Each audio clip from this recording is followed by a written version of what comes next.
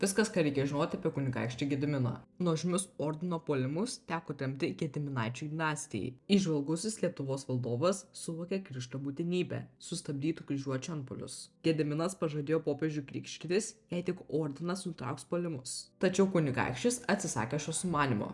Mat stačiatikiai gudai pareiškė atsiskirsią nuo Lietuvos, o žemaičiai pagrasino susidoroti su Gediminu ir visa jo giminė. Tikėdamasi, kad valdovas persigalvos, pasiuntiniai patvirtino Lietuvos ir ordino paliaubas. Per tuos metus sustiprėjus valstybė galėjo atremti ordino puolimus. Pasak legendos, Gediminas susapnavo staugiantį geležinį vilką.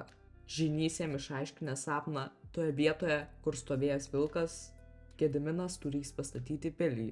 Gediminas paklausė žynio ir perkėlė sostinę į Vilnių. Prisijungus rusų žemių, Lietuvos plotas gerokai padidėjo. Lietuva tapo galingiausia Rytų Europos valstybė. Pilnas video komentaruose.